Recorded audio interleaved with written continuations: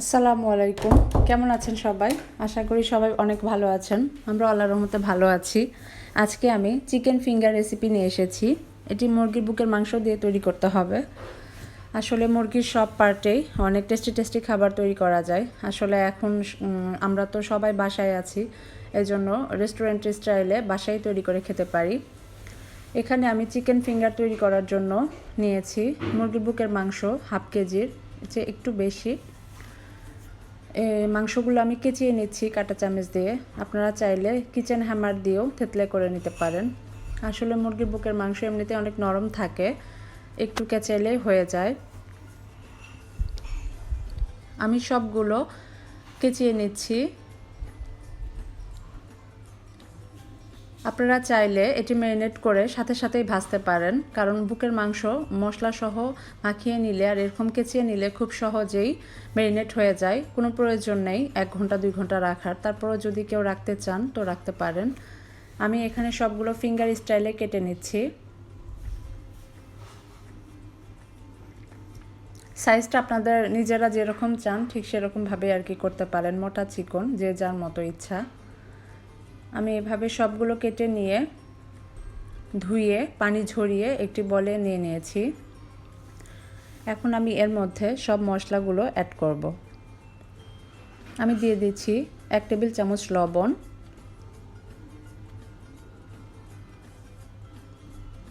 Half table চামচ কালো গোলমরিচ গুঁড়া, আপনারা চাইলে সাদা গোলমরিচ গুঁড়াও ব্যবহার করতে পারেন। দিয়ে দিচ্ছি সামান্য একটু গরম মশলা গুঁড়ো, দিয়ে দিচ্ছি হাফ টেবিল চামচ পাপরিকা পাউডার, দিয়ে দিচ্ছি হাফ টেবিল চামচ আদা রসুন বাটা এবং দিয়ে দিচ্ছি হাফ টেবিল চামচ জিরার গুঁড়া। টমেটো সস দিয়ে দিচ্ছি 1 টেবিল চামচ। আমি এখানে 3টি সস ব্যবহার করেছি, আপনারা চাইলে শুধু টমেটো দিয়েও করতে পারেন। 1 টেবিল চামচ দিয়ে দিচ্ছি চিলি সস, 1 টেবিল চামচ সয়া সস, দিয়ে দিচ্ছি আদা রসুন বাটা আবারও একটু। এখন সামান্য একটু ভিনেগার দিয়ে দিচ্ছি, দিয়ে এখন সবগুলো সুন্দরভাবে মাখিয়ে নিব। এবং আমি ম্যারিনেট করেছি 20 থেকে 30 মিনিটের মতো। এটি এনাফ আসলে, কারণ আমার মাংসগুলো ভেতরে খুব সুন্দরভাবে সিদ্ধ হয়েছিল এবং সমস্ত মশলা ভেতরে সুন্দরভাবে গিয়েছে। এখন আমি এটি একটু ফয়েল পেপার দিয়ে ঢেকে রেখেছি 30 মিনিটসের জন্য। এখন আমি শুকনো উপকরণগুলো মিশিয়ে নিব কোটিং করার জন্য। এখানে আমি 2 কাপ পরিমাণ ময়দা নিয়েছি। এখানেও দিয়ে দিচ্ছি হাফ টেবিল চামচ কালো গোলমরিচ গুঁড়া, পাপরিকা এবং লবণ। আমি খুব সাধারণভাবে দেখানোর চেষ্টা করেছি, আপনারা এর মধ্যে শুধু লবণ, জিরার গুঁড়া বা যে যেমনটি চান মরিচের গুঁড়াও ব্যবহার করতে পারেন। এখানে দিয়ে দিচ্ছি সামান্য একটু অরিগানো। আর এখানে আমি দুধের মধ্যে সামান্য একটু ভিনেগার দিয়ে বাটার মিল্ক করে নিয়েছি। দুধটা হালকা একটু গরম হতে হবে, তা না হলে ঠান্ডা দুধে বাটার মিল্কটা হবে না।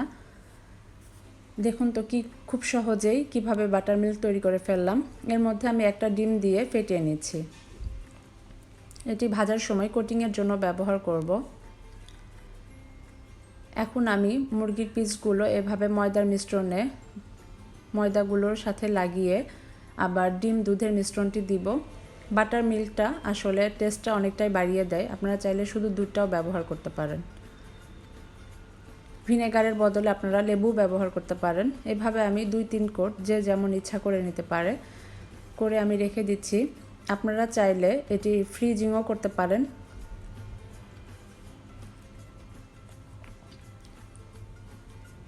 এভাবে ময়দার মিশ্রণে ঢুকিয়ে আবার দুধের মিশ্রণে দিয়ে আমি বিস্কিটের গুঁড়া দিয়েও কিছু অংশ করেছি। বিস্কিটের গুঁড়া দিয়েও আপনারা করতে পারেন, যে যেমনটি চান। ময়দা দিয়েই অনেকটাই টেস্টি হয়, জাস্ট আমি বিস্কিটের গুঁড়াটা দিয়েছি ফ্লেভারের জন্য। এভাবে আপনারা ডিপ ফ্রিজে 1 ঘন্টার জন্য ফাঁকা ফাঁকা করে একটি প্লেটে বা ট্রেতে দিয়ে রেখে তারপর পলি ব্যাগে ভরে রাখতে পারেন, তাহলে একটির সাথে আরেকটা আটকে যাবে না। এরপর আমি তেলে ফ্রাই করে নিচ্ছি। তেলটি খুব বেশি নর্মাল ঠান্ডা থাকতে হবে এরকম না, মিডিয়াম আঁচে আপনারা করতে পারেন।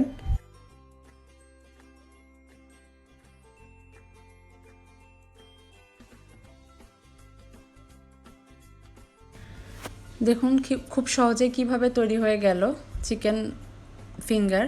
আশা করি সবার ভালো লেগেছে। যদি ভিডিওটি ভালো লেগে থাকে প্লিজ সাবস্ক্রাইব করবেন আমার নতুন চ্যানেল, আমাকে এগিয়ে যাওয়ার জন্য সাহায্য করবেন। সবাই ভালো থাকবেন, সুস্থ থাকবেন। আল্লাহ হাফেজ, আসসালামু আলাইকুম।